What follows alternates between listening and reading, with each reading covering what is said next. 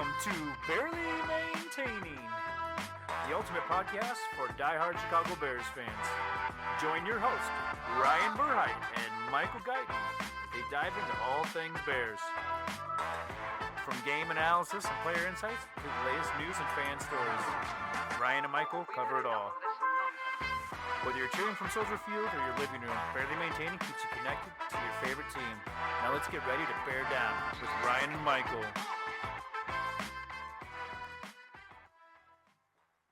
All right. Well, welcome everybody. Let's see. We're coming up on Hall of Fame week already. Hall of Fame game week already. Michael, what do you think is going to be going on that game? Oh man, I'm actually been researching who plays and how much they play in Hall of Fame. Yeah, because it's like I really don't know or remember because I don't pay any attention to it. Right. Like we Unless talked the about Bears last are in week, it. though. Yeah, exactly. And like we talked about last week, though, it does give us an extra week. I think we will see at least maybe a drive, kind of shake the cobwebs out. Everything I've heard from Bears camp is reps. You know what I mean? So I think that's kind of the way they'll go. At least a drive or two maybe from the starters. Yeah. Yeah, that's what I kind of was thinking was maybe you'll see a drive, and then depending on how Caleb's looking, maybe a second one just to see if we can get him more in a rhythm.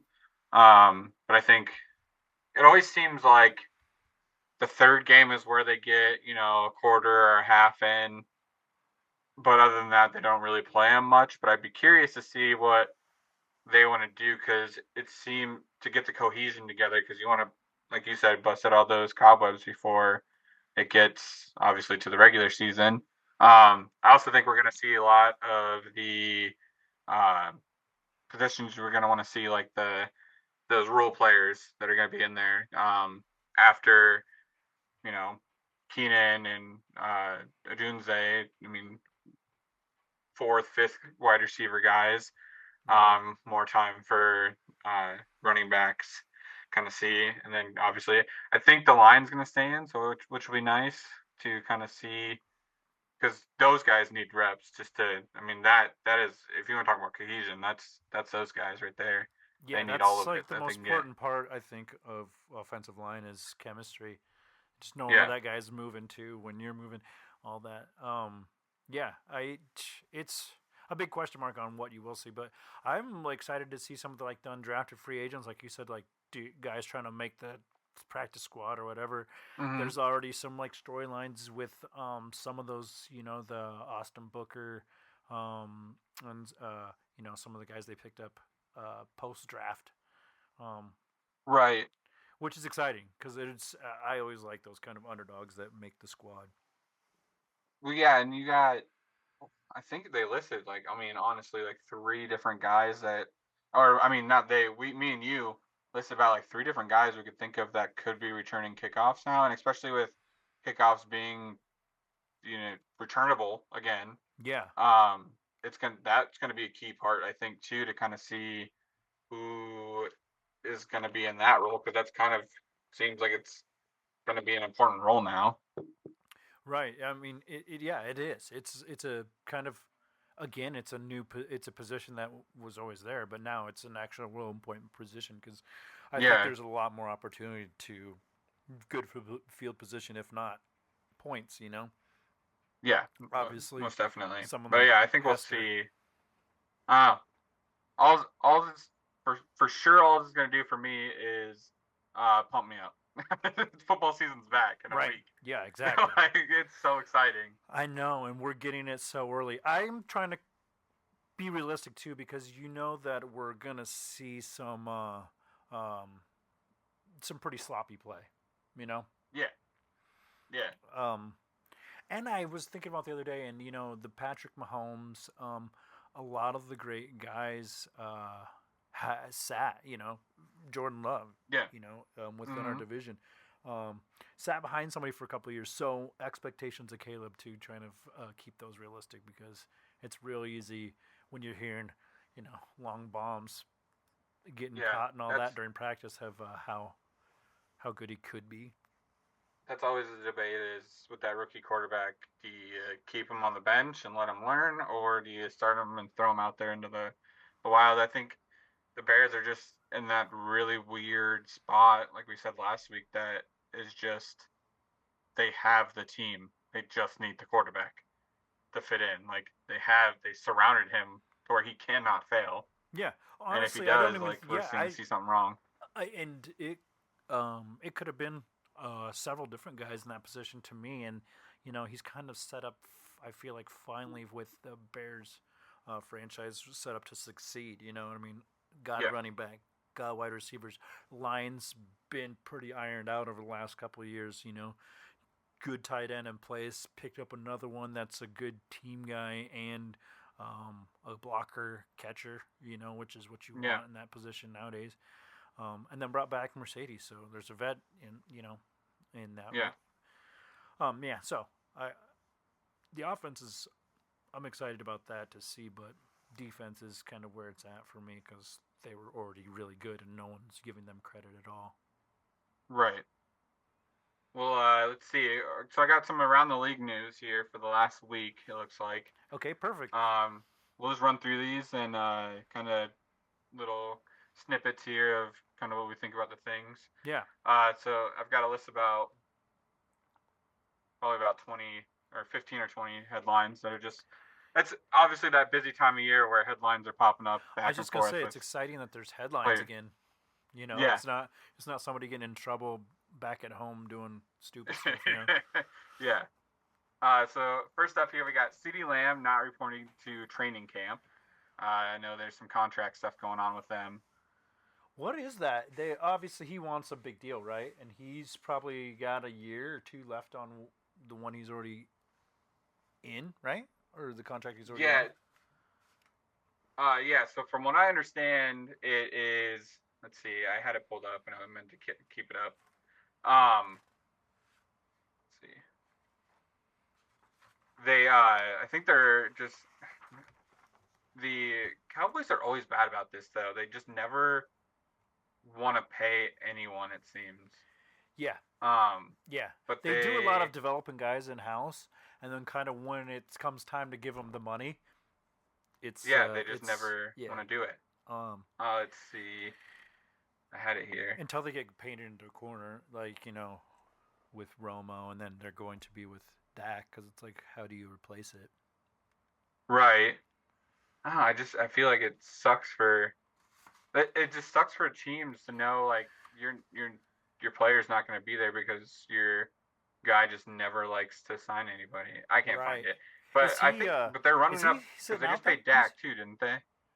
Yeah. Or are they going to be they're getting ready to, I think, is the deal. So you said he's sitting out, though? Yep, out of training camp. Or he hasn't even reported. I don't even know if that matters because he's, a few years in.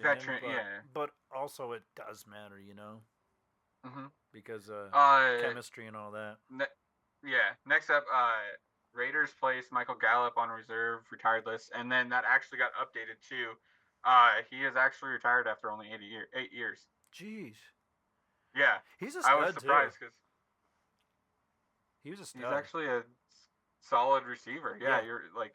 Yeah. I was very shocked to see that he was gone already, and especially the Raiders because they kind of need the help. Yeah. For sure. I mean, they got Adams, and it's kind of the skill level drops off pretty far after that. I mean, they were double, triple covering him last year, so. Especially to help out Aiden O'Connell, because that's not going to... And they lost Josh Jacobs. Yeah. I don't even remember who they have at tight end, because they lost Waller a couple years back. Yeah, and he just retired, I think. Yeah, to pursue rap music. Yeah. Yeah, he's got some personal stuff going on in his life, I think, that he's going through, so football's not a top priority. Yeah. Let's see. Vikings offensive tackle Christian Darrisaw agrees to 4-year, $113 million extension. That's a pretty nice deal. Keeping their line together. Their line played pretty well last year, so. Yeah, and I was going to say, I mean, you know how it is. I mean, us Bears fans know how it is. When you have a line that's that's good, and you can keep them together, you got to try to.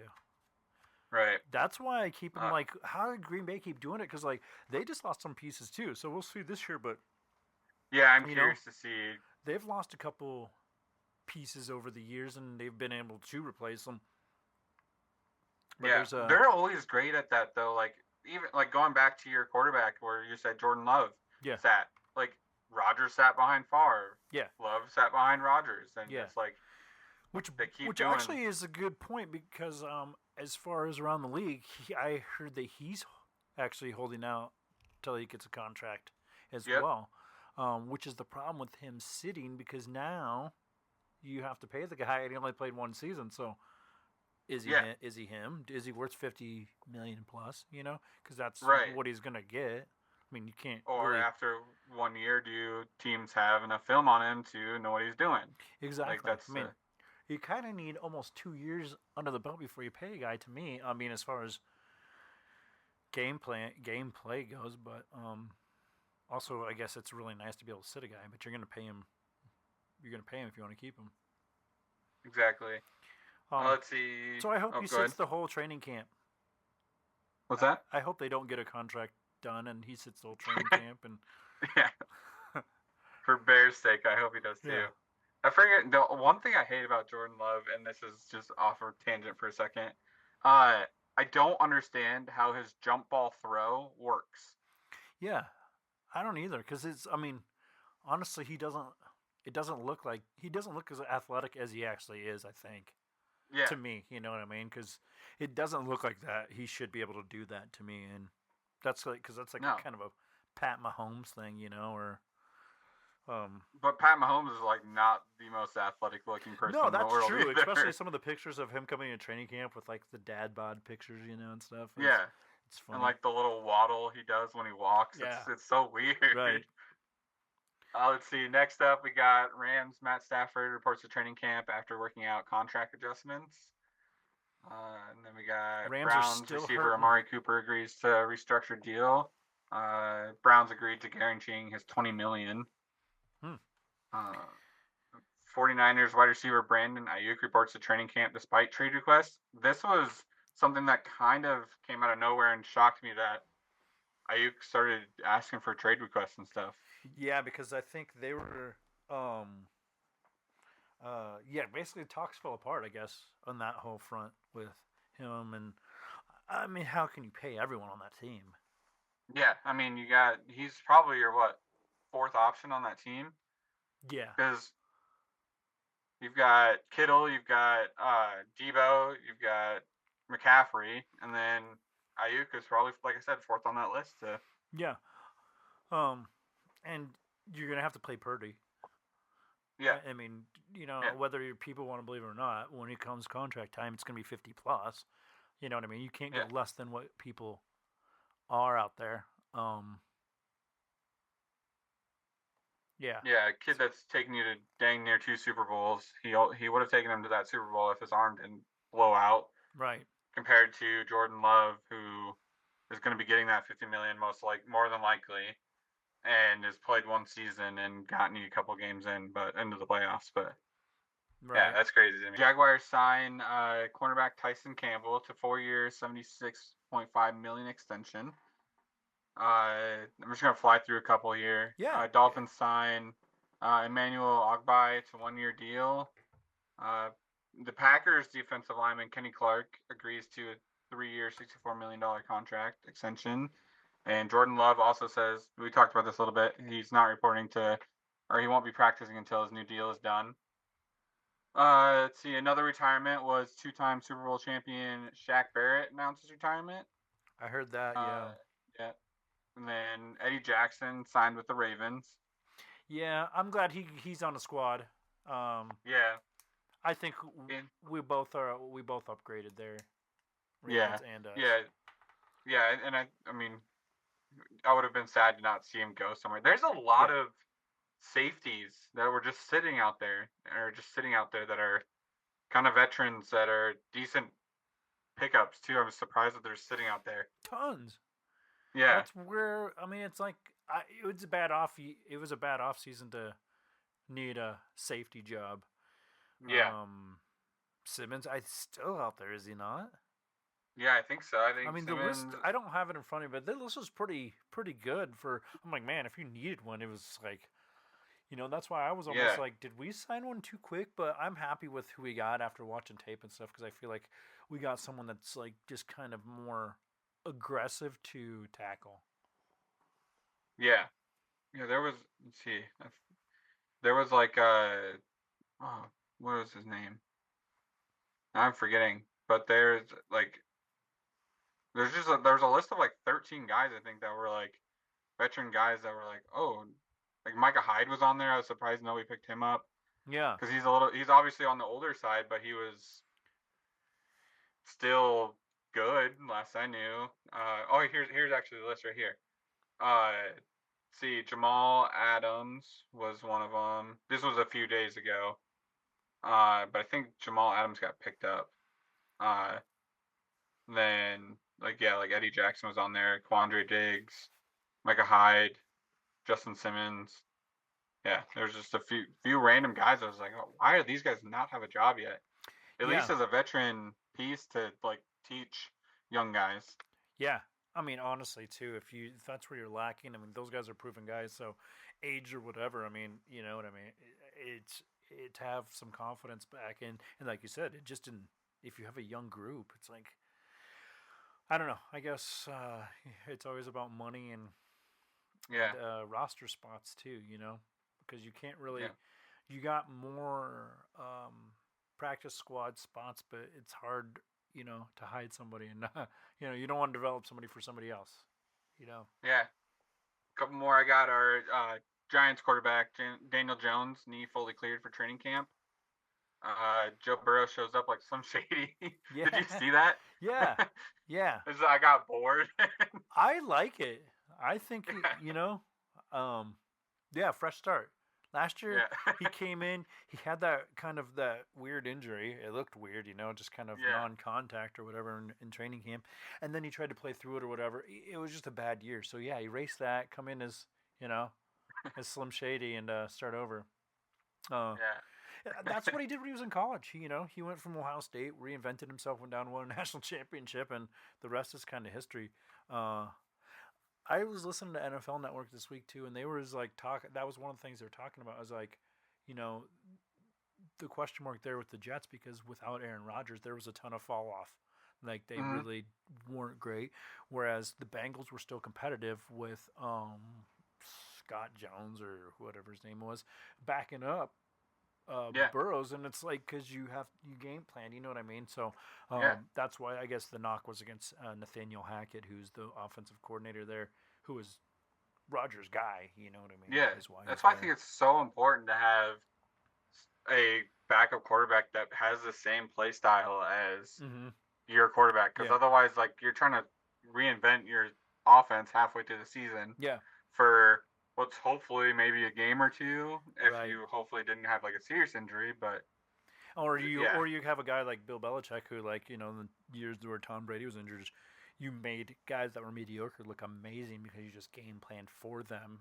So it's like, yeah, oh, this guy's a really good quarterback, and then they go Garoppolo and Matt Castle, and they go elsewhere, and it's like yeah, not really the same success. yeah, Um, because yeah, you either have a game plan that they fit into, or you game plan for that guy. And that's why I think the Tyler Huntleys and guys like that get jobs because it's like, well, what do you do after Lamar's gone? You know what I yeah, mean? It's like you need someone who kind of can run around and do some of the same things. exactly. Last three I got here are Alvin Kamara isn't holding out amid his contract talks. Niners Trent Williams will be holding out of training camp for contract reasons. I think this is just a veteran move for him, though. Like he Mm-hmm. just doesn't want to go to training camp. That man, from everything Yes, I've heard, he doesn't like to practice or anything. right. And I mean, if he's not practicing, he's still one of the best. So I mean, he Yeah. looks really good over the last few seasons. So And then the last one was Kyle Shanahan says Bill Belichick politely declined an offer to join the 49ers coaching staff. the How rumor on the street is he's going to end up in Dallas. Mike McCarthy you think kind of has a so? short leash this year, and if they don't perform, he's going to be Jerry Jones' guy. Because Jerry God, Jones that'd kind of be like, so annoying. oh, tell me about it. Bill Belichick at America's team. The only worst team you could go from the Patriots, and he made the Patriots annoying. They weren't very annoying until he showed up for that 2 decades. Right.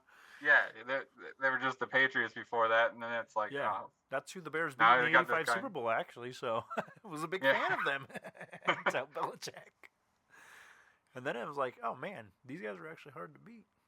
Yeah, that was the kind of the big things I kind of wanted to point out. Yeah. It seems like there's kind of a lot of news. You paying Jordan Love $50 million plus if you're GM? I feel like you have to, but like, it's terrifying though. Obviously, they've seen more in practices and stuff, which you would hope was good stuff, and obviously was enough for you to take that risk to lose Rodgers. Yeah. But it's in game is obviously so different than practice. Right. And I mean, the point they're making on like the NFL Network and kind of some of the analysts were that he's got more playoff wins than a lot of guys that are getting paid. Yeah. Trevor Lawrence got paid, and I think maybe he has a playoff win, if any.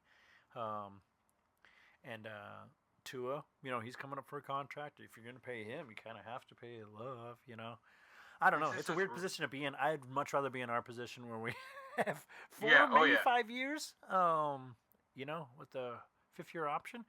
And and with that and your receiver. Yeah.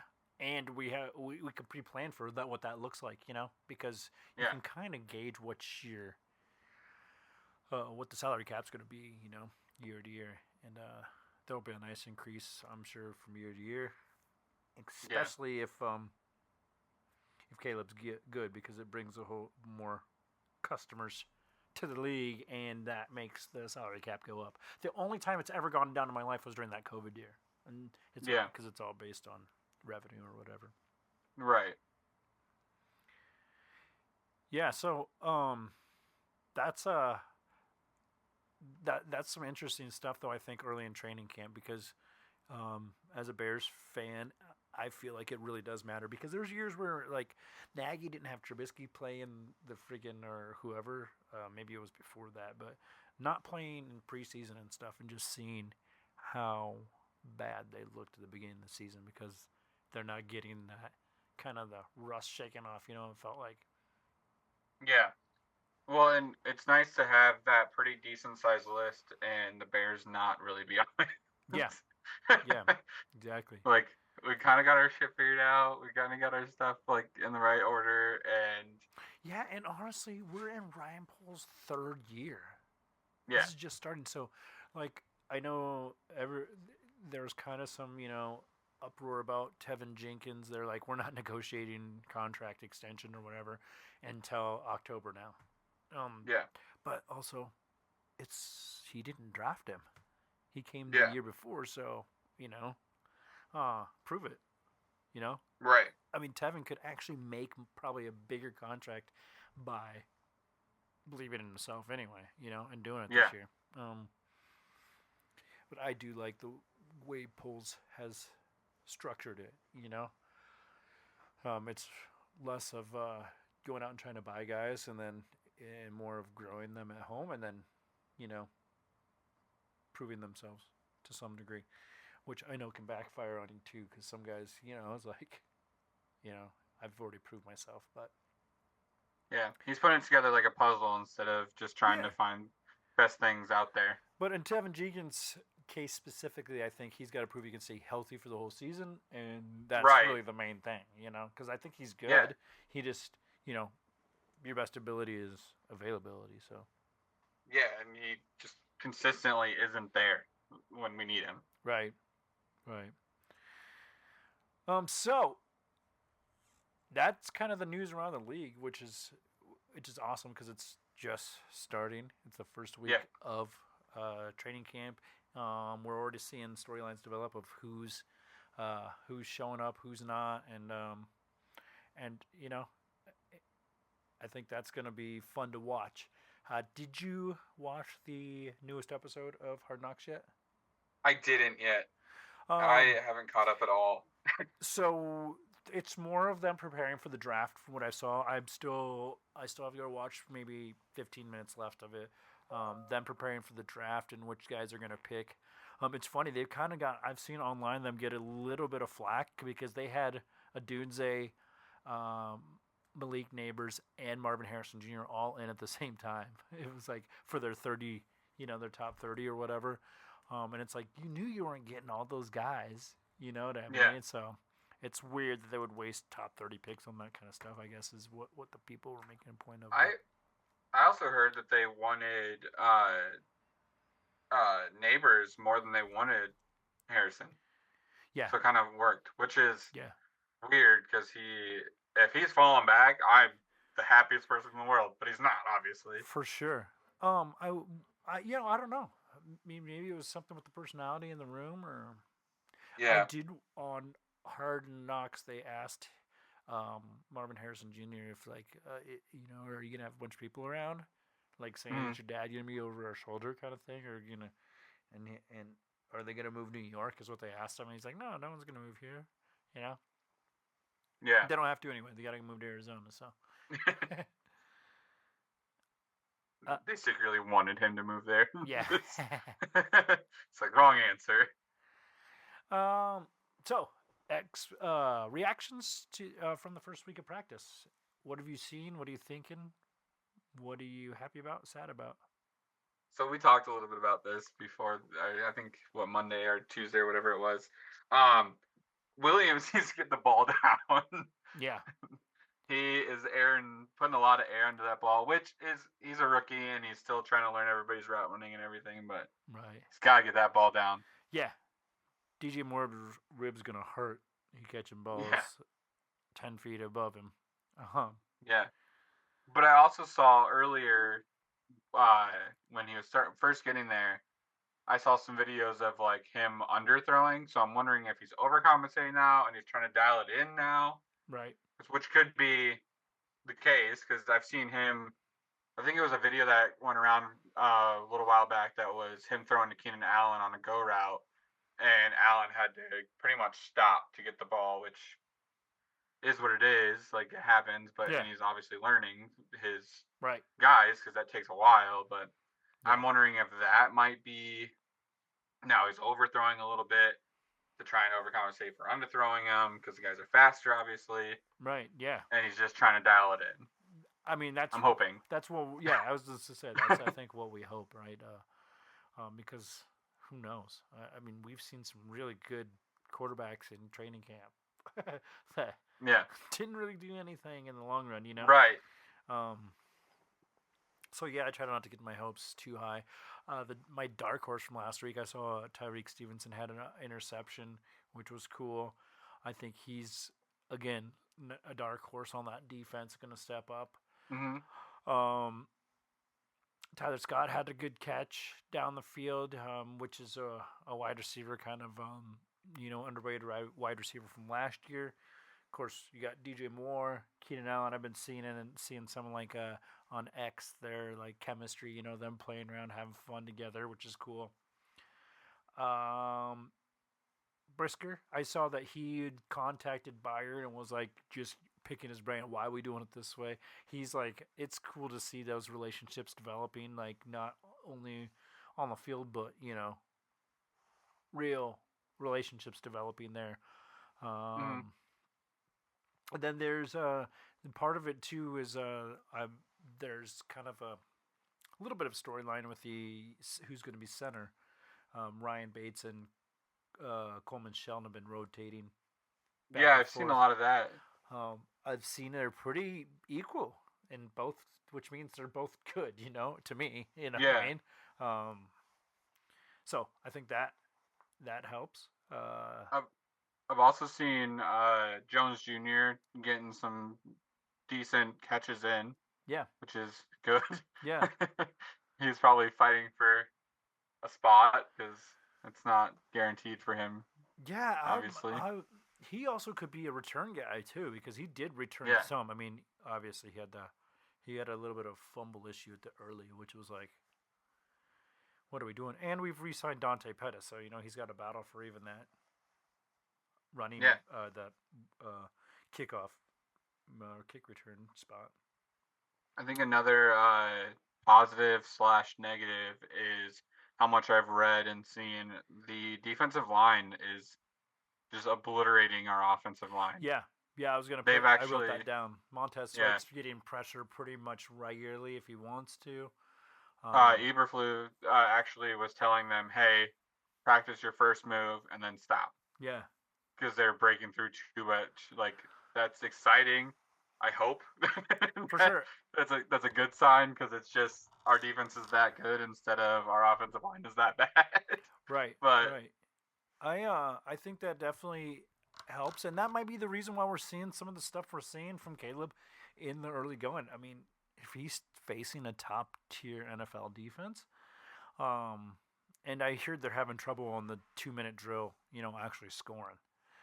yeah, And they did get a field goal yesterday, but they hadn't scored to that point, which is awesome for a defense, but also great learning, because if you're facing one of the top defenses every day, right. you're going to be good. It's going to make you better. There's nothing for upside from practicing against them every day because that's like I think they're supposed to be rated one of the top 3 defenses going into the year. So yeah. And then I saw that Herbert had a big run, Khalil Herbert. So he's kind of like now with DeAndre Swift in the backfield, kind of like a forgotten name back there, and we still have Roschon Johnson. So I'm excited to kind of see the battle that's happening in the running back. I know they all kind of have different skill sets. Yeah. But it's cool to see Herbert getting some action and actually having some big plays. Yeah. Most definitely.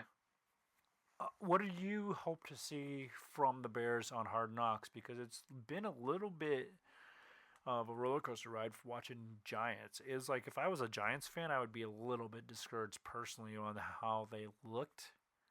Doing some of their decision making.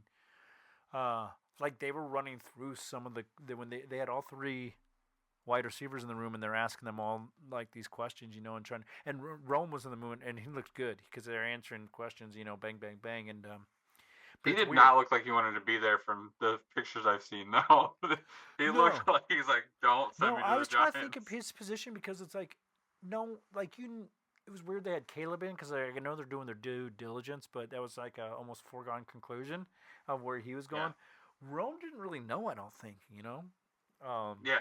So watching his kind of storyline is cool, especially knowing where he ends up. So, it's cool though. He's really smart. And then Keenan Allen this week saying that he's a more polished version of him. Coming out of college, that's a good sign. Yeah, definitely. And when was the last time we drafted a quarterback and got a wide receiver in the same first round? You know what I mean? I mean, how often does it happen in general? Like that can't be much of a 2 top 10 picks. Yeah.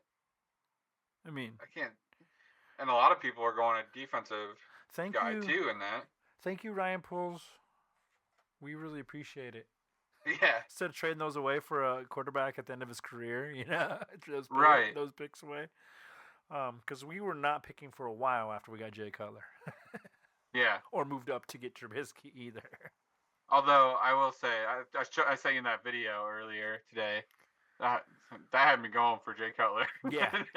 It's like, maybe I do like Jay Cutler a lot. Yeah. I was like, he was a dog in all those highlights. I mean, he was just putting his head down and yeah. But going back to your question, to what I want to see from the Hard Knocks, behind the scenes chemistry. Yeah. I want to see kind of how Caleb's. He has a tremendous personality and a big personality, and a lot of those guys have a lot of personality. So I would like to see kind of behind the scenes of how that's all flowing together. Obviously, it'll be edited to whatever way they want it to go, but yeah. And the Bears, every NFL franchise gets to see. Yeah. So they get some decision making on what the public will see, but Yeah, I'm interested in the same thing. I mean, because I'm curious, it matters. knowing that you saying that too. What was going through the Giants' head when they agreed to all of this? Because like it seems like the edits are just making them not look great.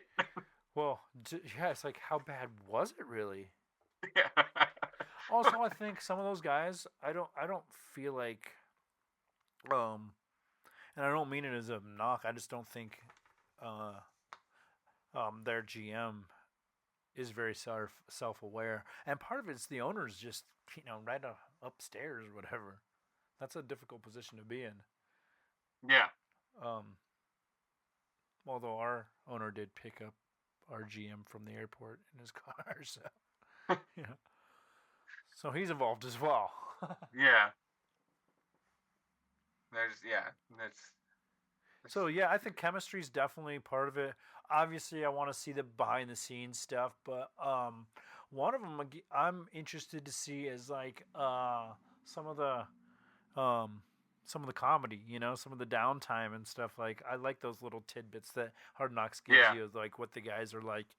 Um, and in that one show, Receiver on Netflix, I was watching it. That also, it made me like Justin Jefferson because he was saying how he puts on the sunglasses and the chains and he becomes a character. You know what I mean? Yeah. Um, and I like the fact that it shows some real person and some vulnerability. I guess Yeah. I haven't watched that show yet. I need to. it's pretty good. Yeah. They open up with Debo and Kittle, and then I've gotten through Devontae and Justin Jefferson, which are like some bigger personalities, kind of more Hollywood type wide receiver versus the Kittle Debo, which is more like your working class guys. Kittle's Yeah. like a guy like you could have went to college with. Probably did Yeah. go to college at the same time as him, and it just happens to be good at football. Yeah. He's a regular guy, and he loves hanging out with his friends and doing all that and being with this girl and stuff. So it's cool to see that Iowa side of it.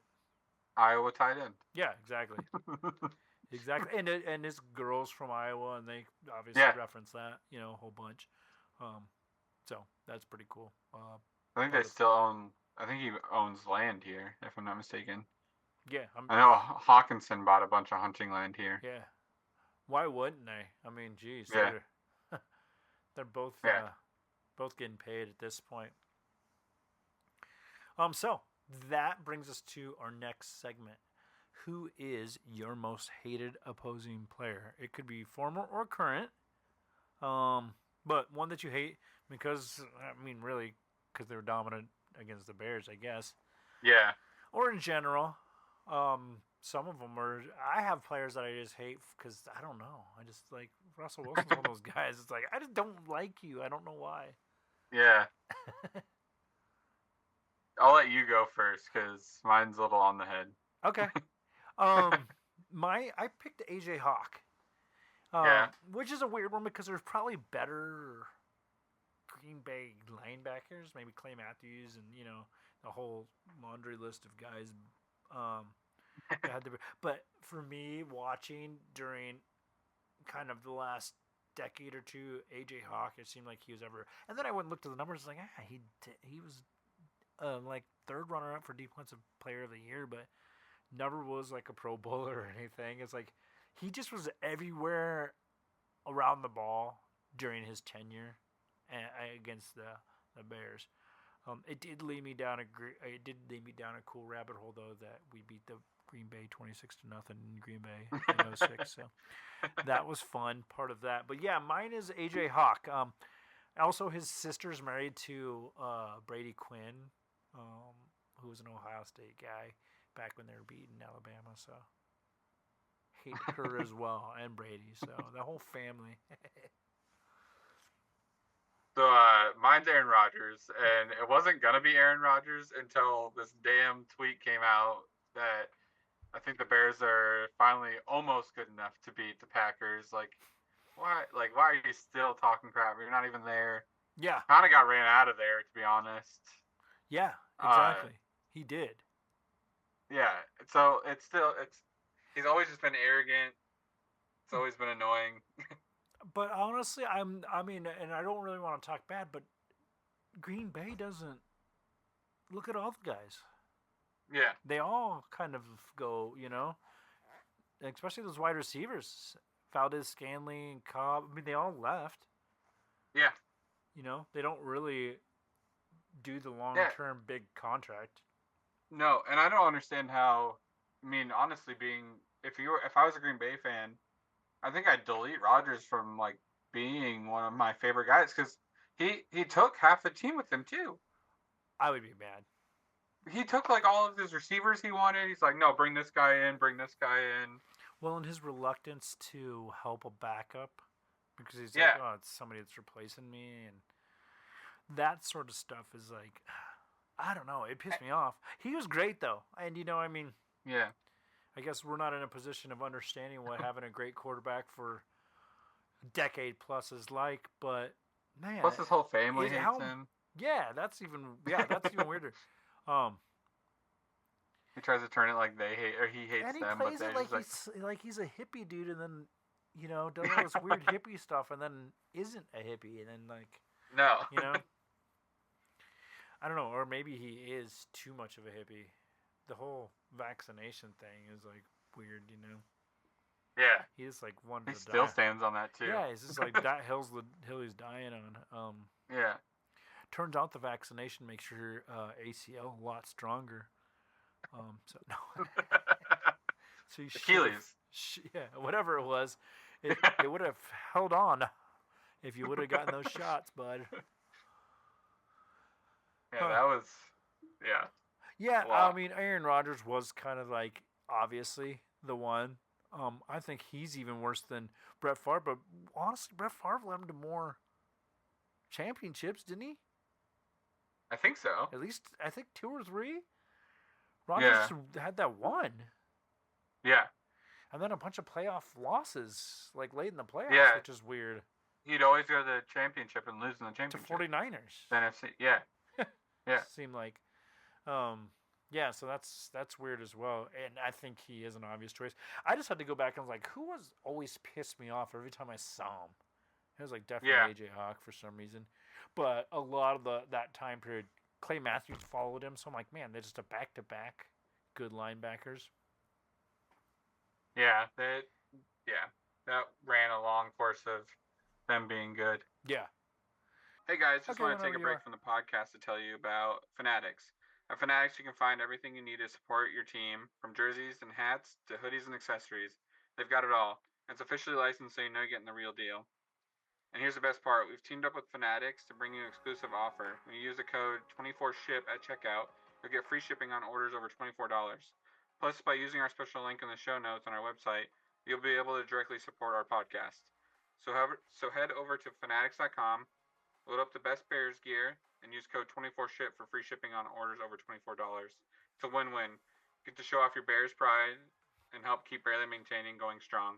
Thank you for your support, and as always, bear down. Now let's get back to the show.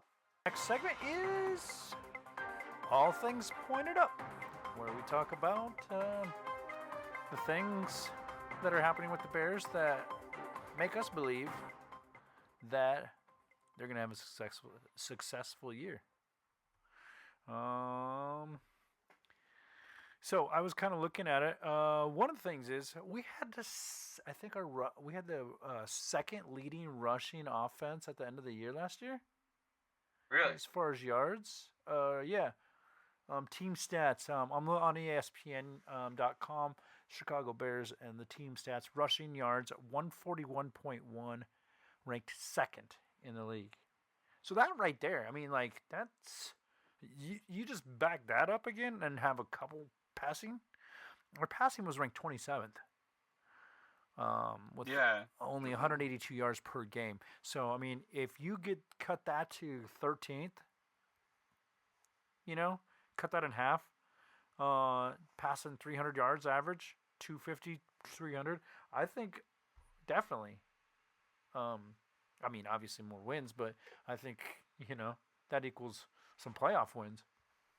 Yeah. I think I think our defense is ranked.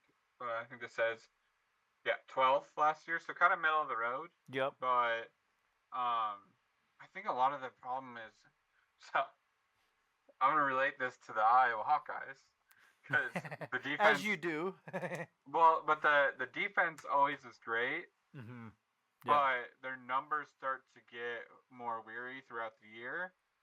They're always on the field, and Right, I feel right. like last year there was like no offensive momentum, and they were on the field so much that I mean I wouldn't be surprised if that's kind of a lot of what led up to it. But also 12th is not bad.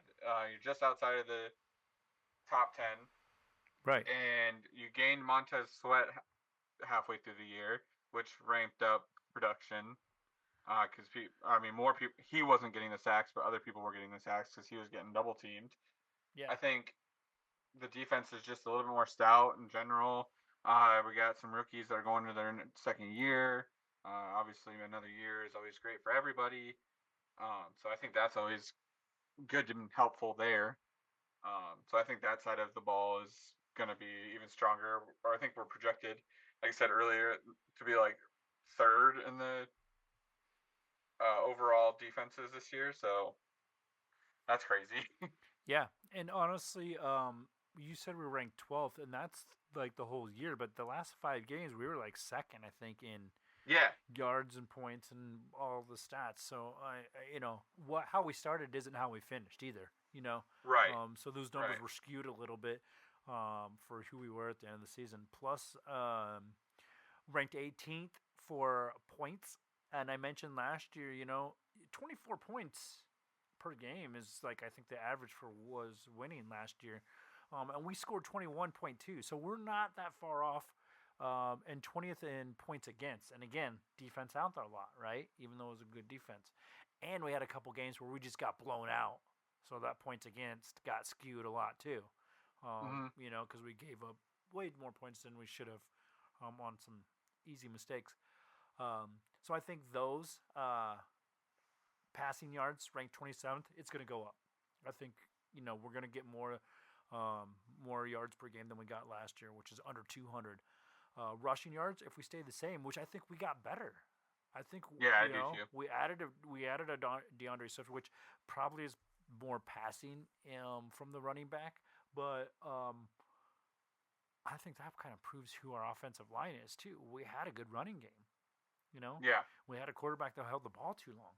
Was part of the problem. And then one of the stories I think that's kind of a cool coincidence is you mentioned before. Every time we're in the Hall of Fame game. Yep. Yeah, we're always. What is it? What exactly? Every time we're in it, we have a winning record, or we're in the playoffs. Right? We win the division. Win the division, even better. Yeah. Yeah, it was every time we've been in the Hall of Fame game, we've won the division. So I mean, that right there shows me all things are pointed up. Just they put us in the Hall of Fame game. Yeah. Count us in, chalk us up at the top already. Also, I think for me that all things looking up is that the storylines for other teams they're having problems with running backs or wide receivers or quarterbacks sitting out. We don't have any of that.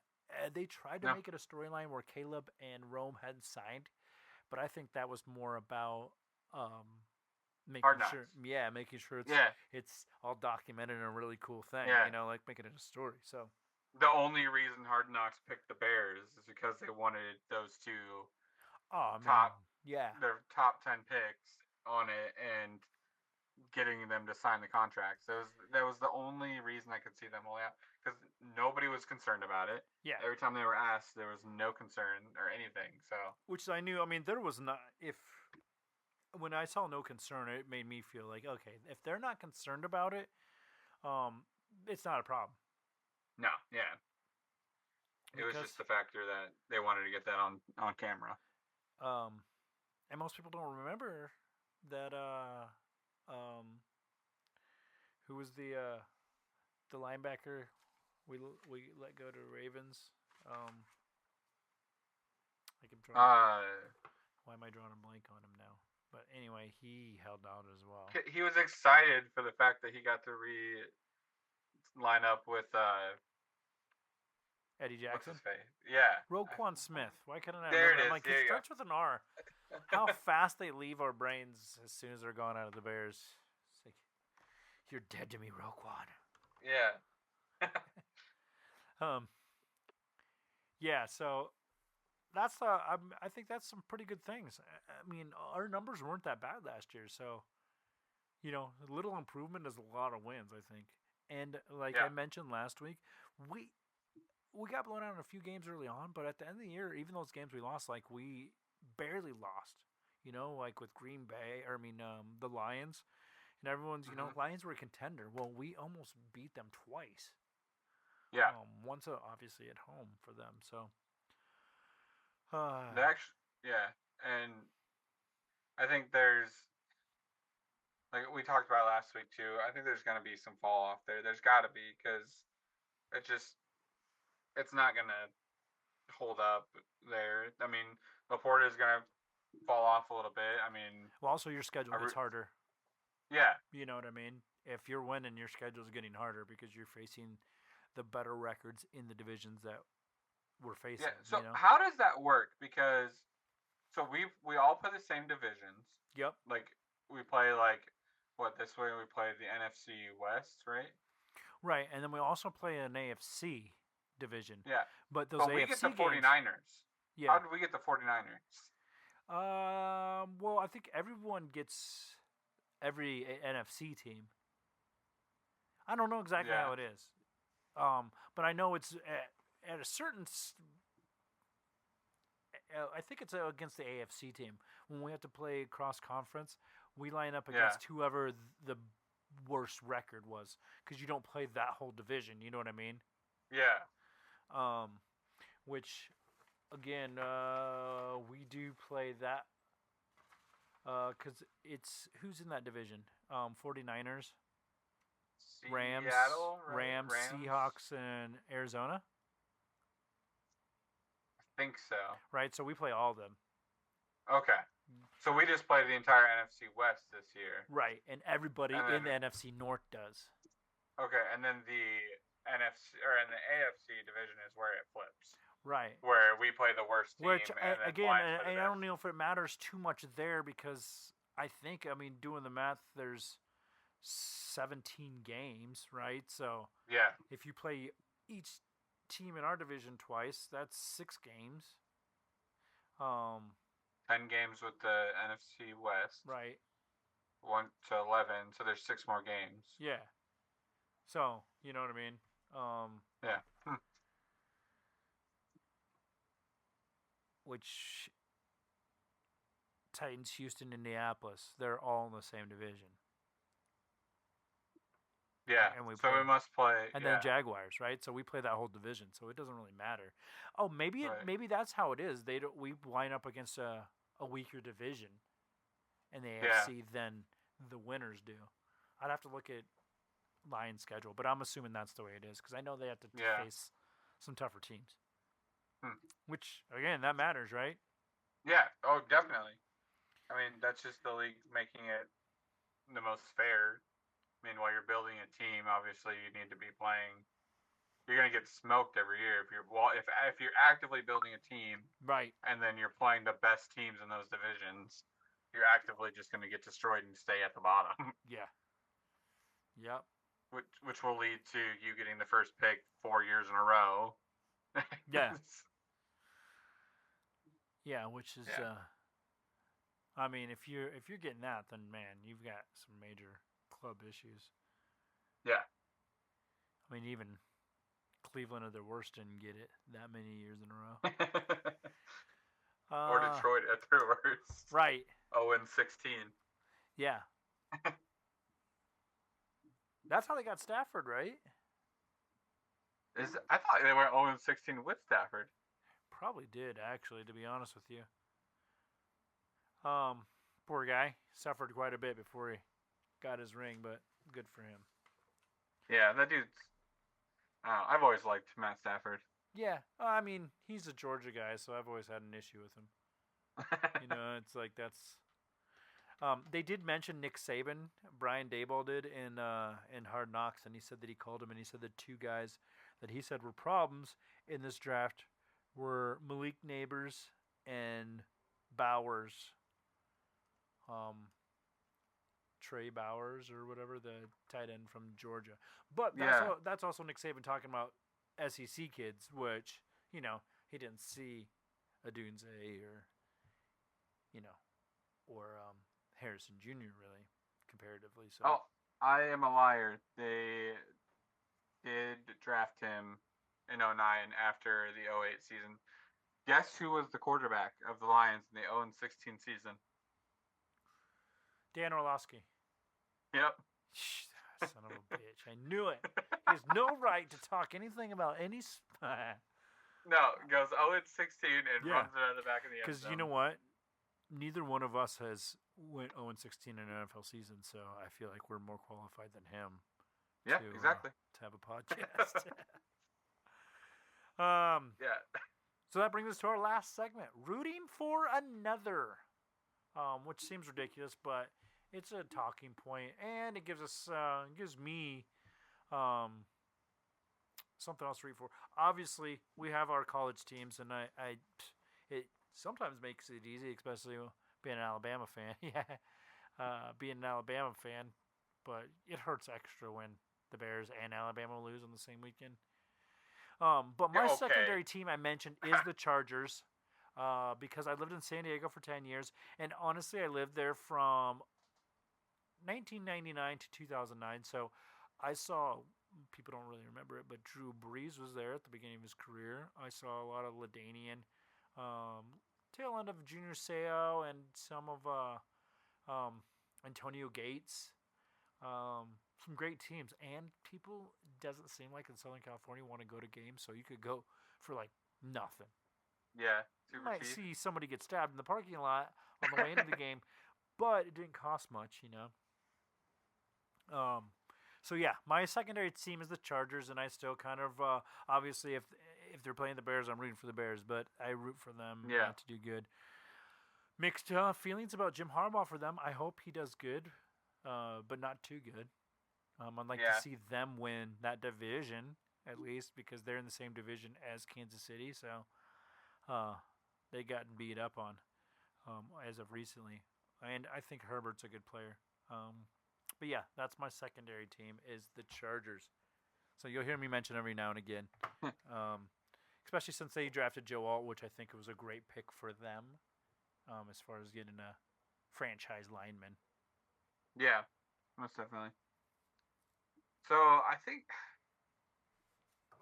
I've always rooted more for like players when it comes to a secondary thing to root for, but I think honestly this hurts to say because we talk about this a lot. The Colts are honestly my second favorite team. Really? And that's cool. I think only because of the fact of being an Iowa fan, I had mixed feelings in the Super Bowl because Dallas Clark was in the Super Bowl for the Colts, and Bob Sanders. Bob Sanders is like him and Dallas Clark are my all-time favorite Hawkeye players. So, and then whenever I would play, me and my buddy would play Madden seasons together. Like we'd stay at his house and we just play Madden season. He was a Cowboys fan, so I would choose an AFC fan. That way, we could meet up in the Super Bowl. Right. And Colts would always be my team to go to. Yeah. But I mean, obviously Peyton Manning is a great player. But yeah, Dallas Clark and Bob Sanders I actually have Dallas Clark's autograph from when he was at the I forget the golfer's name because I'm not that big of a golf fan, but the golf outing and Zach Johnson, his outing in Cedar Rapids, and then I have a Bob Sanders Colts jersey. So that's very cool.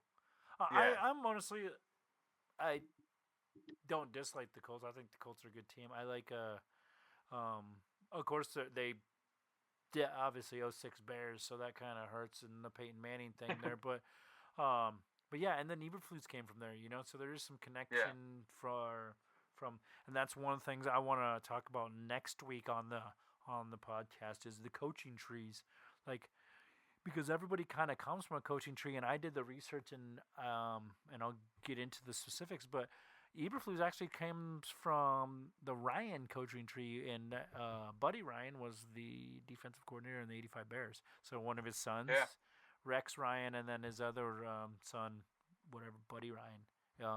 And that's where Eberflus came from, is that Buddy Ryan coaching tree. So, which is cool because that's actually in the family. You know what I mean? And it's cool to kind of go through, because Shanahan's coaching tree, and there's several of them in the NFL that you can kind of trace back and see all these teams, where they came from. Yeah. That Shanahan one's pretty vast. It's 49ers obviously, but it's McVay, LaFleur, That Browns coaching staff from a while back that had Saban, Belichick. The 95 ones Ferentz. before they packed up and left town. It's insane. I was like, they're knocking on the door of greatness. I mean, you have Belichick and Saban on the Kirk Ferentz, as your line coach. It's like, what more do you want? And they're like, let's move the team to Baltimore.